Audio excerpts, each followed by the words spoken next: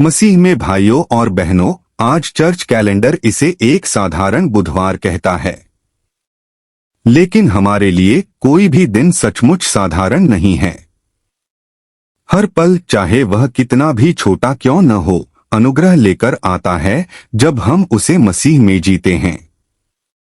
2016 में भारत के प्रधानमंत्री ने केरल विधानसभा चुनावों के दौरान एक ऐसा बयान दिया जिसने कई लोगों को चौंका दिया।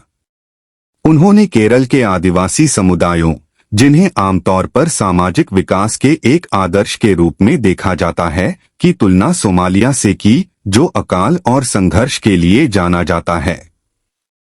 उन्होंने इन समुदायों में शिशु मृत्यु दर को सोमालिया से भी बदतर बताया। उनके शब्दों ने क्रोध और बहस को तो भड़काया, लेकिन वे हमारा ध्यान एक दर्दनाक सच्चाई की ओर खींचते हैं। प्रगति के स्थानों में भी गरीबी और भुखमरी बनी रहती है, अक्सर छिपी और अनदेखी की जाती है। संत पौल आज हमें याद दिलाते हैं, यदि तुम मसीह के साथ जी उठे हो तो ऊपर की चीजों की खोज करो। इसका मतलब जीवन से भागना नहीं है। इसका मतलब है इसे नई आंखों से, एक नए क्षितिज से देखना। अक्सर हम आराम, सफलता, लोकप्रियता या सुरक्षा की ओर आकर्षित होते हैं। पौलुस हमें अपने अंदर से सांसारिक चीजों को त्यागने के लिए कहता है, क्रोध, लोभ, ईर्ष्या और वासना, जो अब हमारी पहचान नहीं रहे क्योंकि मसीह हमें आजाद करते हैं।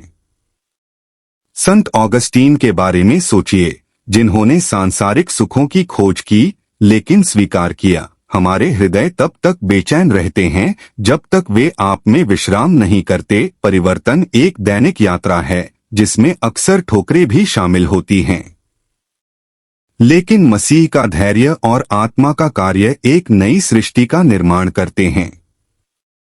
पौलुस कहते हैं, मसीह सब कुछ है और सब में है। परमेश्वर के परिवार में कोई जाति, धन या पद हमें अलग नहीं करता। यह सत्य हमें गहराई से चुनौती देता है। आज का भजन कहता है, मैं प्रतिदिन तुझे आशीर्वाद दूंगा और तेरे नाम की स्तुति सदा सर्वदा करूंगा। स्तुति हमें इस अस्थिर संसार में स्थिर रखती है। कृतज्ञता भय, अभिमान और निराशा के विरुद्ध प्रतिरोध है। यीशु के आनंदमय वचन सांसारिक मूल्यों को उलट देते हैं। धन्य हैं वे जो गरीब हैं, धन्य हैं वे जो भूखे हैं, धन्य हैं वे जो रोते हैं। गरीबी परमेश्वर पर निर्भरता सिखाती है, भूख न्याय को जगाती है। मसीह आंसुओं को गले लगाते हैं और उन्हें छुड़ाते हैं। फिर भी वह चेतावनी देते हैं, धिक्कार है तुम पर जो धनवान हो। सुख सुविधाएं अक्सर हमें ईश्वर और दूसरों के प्रति अंधा बना देती हैं। संत जॉन क्राइसोस्टोम ने साहसपूर्वक कहा था, दूसरों को भूखा रखते हुए धन रखना चोरी है। आस्था केवल दान की ही नहीं, बल्कि न्याय और एकजुटता की भी मांग करती है। मारिया पर विचार करें, साधारण, गरीब, फिर भी अपने पास जो कुछ भी था उसके साथ उदार, आनंद के वचनों की वास्तविकता का एक जीवंत उदाहरण। अब हमारे समय की आर्थिक वास्तविकताओं पर विचार करें। प्रति व्यक्ति आय के आंकड़े अक्सर गंभीर असमानता को छिपा देते हैं। कुछ लोगों की किस्मत चमकती है, जबकि लाखों लोग गरीबी में रहते हैं।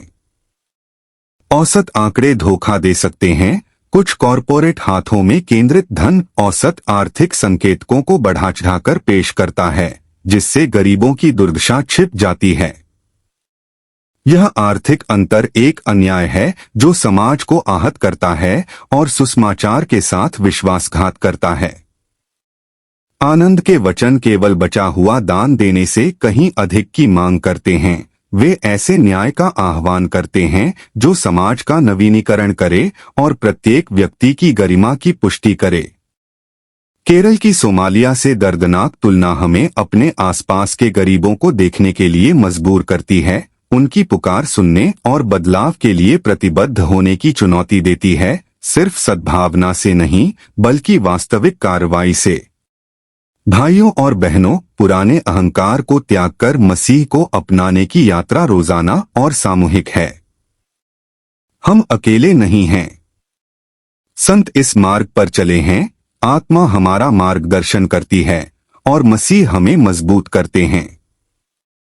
हम हर साधारण दिन में असाधारणता पाए, साहस, न्याय और प्रेम के साथ आशीर्वादों का पालन करें ताकि मसीह हमारे सर्वस्व हों। आमीन।